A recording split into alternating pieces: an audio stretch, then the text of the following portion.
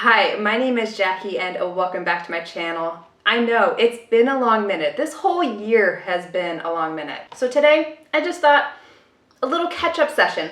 We'll have some tea and we'll chat a little bit. Well, I will chat. You can listen, I guess. You can chat with me in the comments below if you would like. I don't really know where this video is gonna go. I kind of hit the midweek doldrums and I'm having a really hard time focusing at work, and I'm literally just staring at the computer, just spacing out. So thought I'd just take an hour or two to myself and sit down and film a video. So today we're sipping Spiced Lapsang from White2tea, but before we get into it, if you're not already subscribed to my channel, go ahead and smash that subscription button so you know when I upload. We like to talk about tea here. So let's get this steeping. At the beginning of the year, I asked folks to drop in the comments their favorite White2tea teas.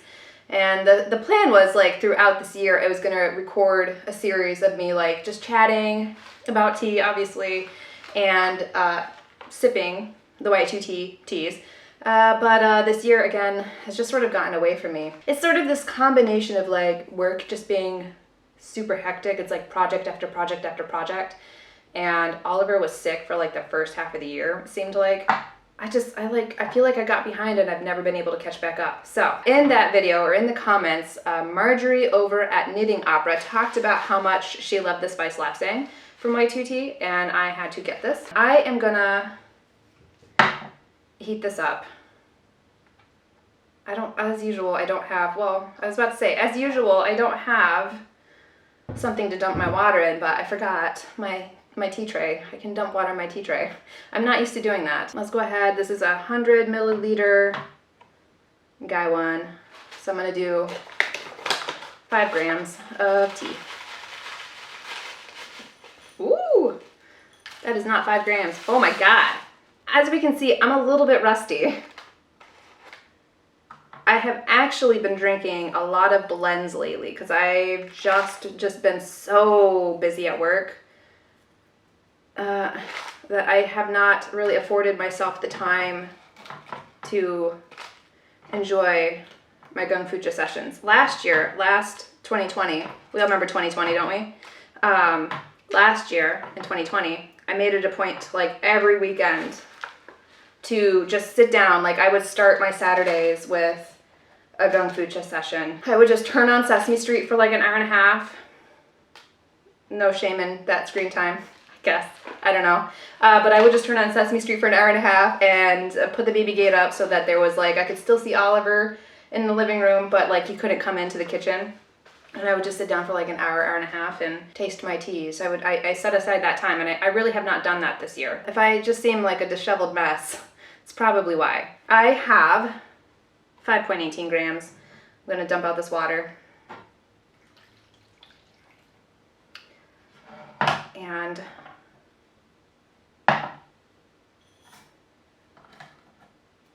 dump my tea in my warm gaiwan. Give it a little shake. Multi-sweet, something kind of floral.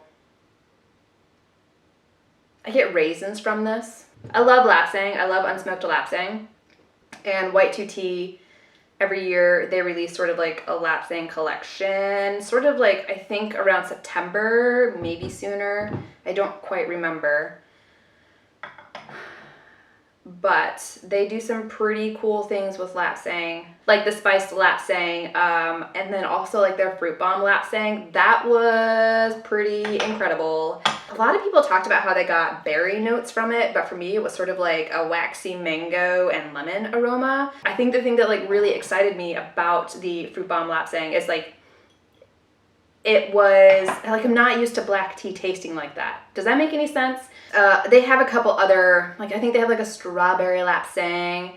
I don't know, there's 5 or 6 different lapsangs that they release each year. If you've not checked them out, definitely worth checking out. For me, I love black tea. That's sort of my comfort zone. I would say 70% of my tea collection is a black tea.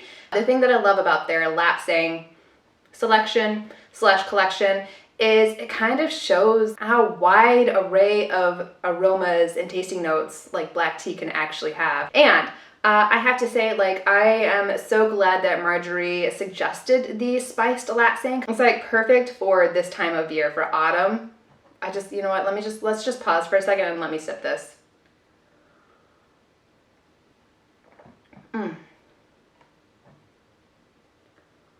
It gives me cinnamon raisin bun vibes. It's a nice thick mouthfeel and like warm raisins and just sort of like the slightest hint of something cinnamony, which I feel like I'm really surprised by. I think I want to say when Marjorie said that she sipped this, like her notes were that it leaned kind of medicinal, and that to her was really interesting.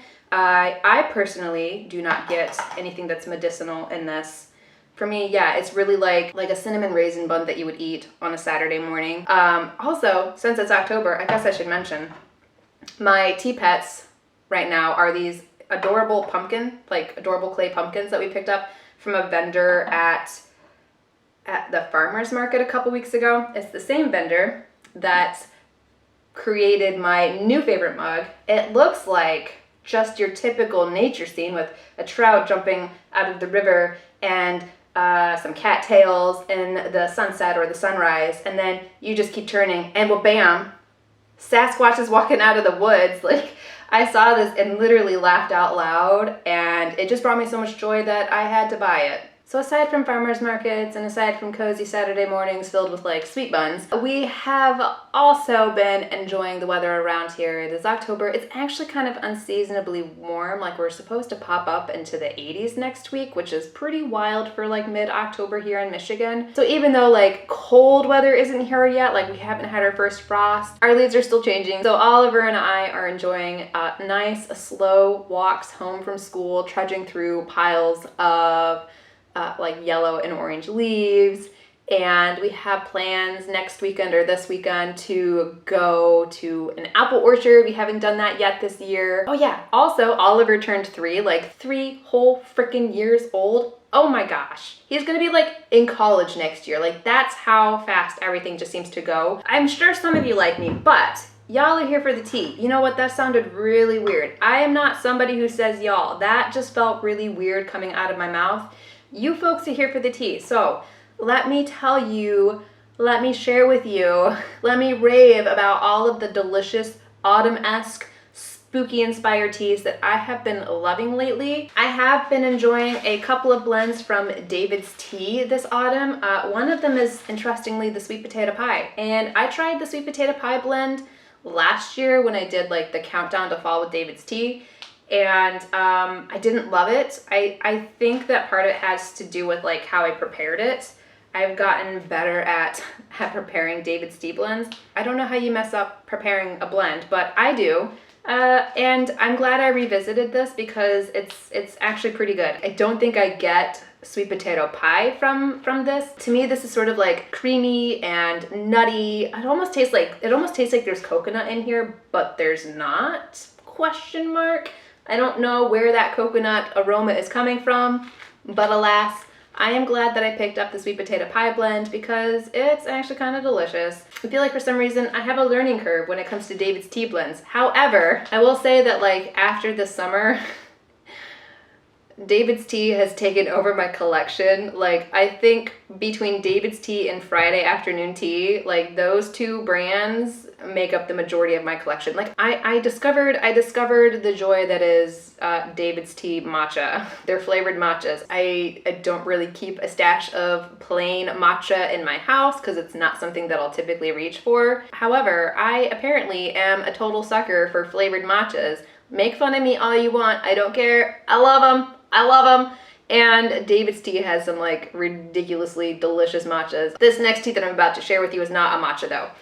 It's the Bumbleberry Burst. And actually this was released as part of their Summer Nights collection, but to me it reads more like cool autumn nights or mornings, I guess. I was actually not expecting to like this tea, but out of the entire collection, this is the one that surprised me the most. I love this blend. It is a pu'er blend with like piney and blueberry aromas. This blend just like really speaks to me. Okay, good gravy. Like, do you know how I know I'm old? Because I cannot kneel anymore. I now have to, my feet kept falling asleep. My feet kept falling asleep. So, bear with me here. I know the framing is like not ideal. I have to like sit in these tiny little kid chairs.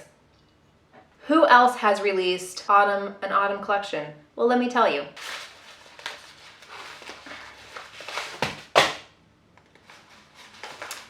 Call Me Sweetea. So her campfire stories is pretty delicious. It's hojicha and lapsang souchong and some sprinkles. And it has like marshmallow flavoring. And basically anytime there is a s'mores inspired blend, it's going in my cart. I think it's really interesting to see how tea blenders interpret that. So Campfire Stories has been delicious. My absolute favorite s'more blend is the one by Dessert by Deb. I haven't tried this one yet. I need to make this one next. It's a Headless Horseman blend. This one's sort of like a pumpkin spice blend. This is another blend where like basically if a vendor sells a pumpkin spice blend, it's going in my cart. So I really need to try this one. Owl Post, also delicious. I tried this one last Christmas for like my advent calendar thing. Sort of like a caramel apple. Parched. Let's take a sip here.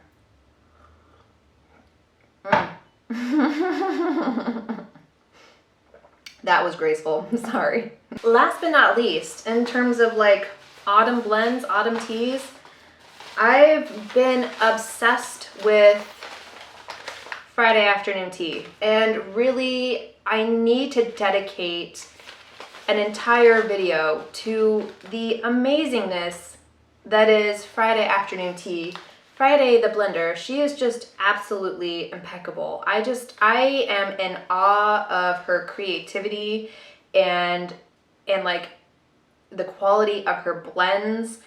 And she does some really amazing things with like pu'er blends that I just don't think that I've seen any other tea company do as successfully as Friday afternoon tea. She has some really delicious autumn blends that you're not gonna wanna miss out on.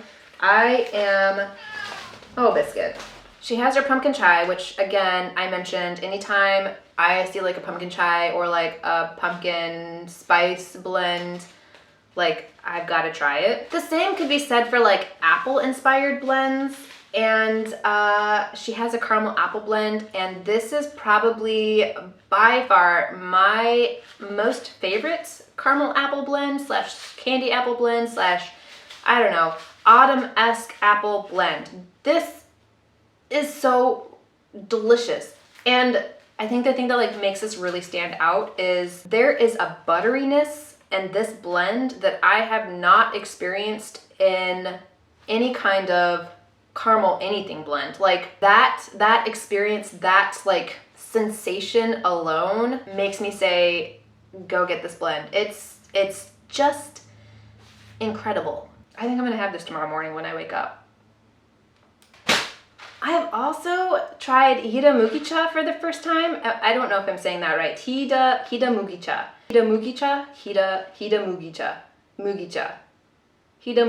So it's farm direct. Oh, cool. So it's farm direct Japanese barley tea. So I'm gonna say that I was correct in pronouncing it as Hida Mugicha. A Hida Mugicha, or a roasted barley tea, has been on my wish list for almost 2 years now. This is such a trip. Like, this tastes like buttered toast. It's wild. Honestly, it's not something that I can drink often, but it's such a unique experience that I think that you're gonna want to try this at least once. And you know, honestly, there's just like a million other teas that I'm drinking right now. I gotta go on a tea buying ban. I have been, like last year, I think it was like very adamant about not going on a tea buying ban because I would always break the ban and then just go like on a tea buying bender. And I've been trying to avoid that. And so I'm just like, if you can just like budget out a little bit at a time, you'll be okay. But that's not what happened this year. I've already had to move my tea collection out of one cupboard into like another bigger cupboard. And now I am already like spilling out of that cupboard and it's just like taking over my countertops. I think after my Friday afternoon tea deliveries arrive, and I think after my Dessert by Deb deliveries arrive, and I think after, I mean, I gotta buy an advent calendar, right? Tea Thoughts advent calendar is coming out soon, and I think Danielle over at Tea and Me blog is also releasing her advent calendar. Those will probably be the two that I do this year. And then after that, I'm gonna do a sit down. But yeah, I'm going on a tea buying ban after I buy the advent calendars. Still as delicious as the first infusion, although the cinnamon notes that kind of make it that spiced lapsang, those have kind of subsided a little bit, and I'm getting some nice subtle floral notes, maybe something that's a little bit sweet potato-y, and I'm still getting like raisin. So that's my life lately. Just sort of like super busy with work, but also still trying to enjoy all of the autumn activities that I possibly can, to include all of the spooky and or delicious autumn-esque blends. So many of them. Like, I feel like I've actually just barely scratched the surface in today's video, but that's what I've been drinking lately. I definitely need to make it a point to carve out more time during the week to sit down in front of the camera and chat with you guys, because I just really miss you. I miss you a lot.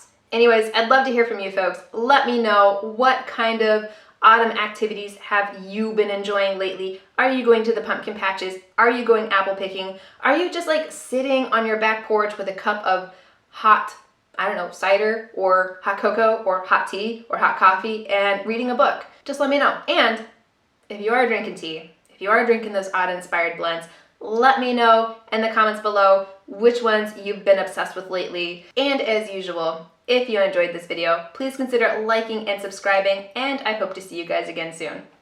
Bye!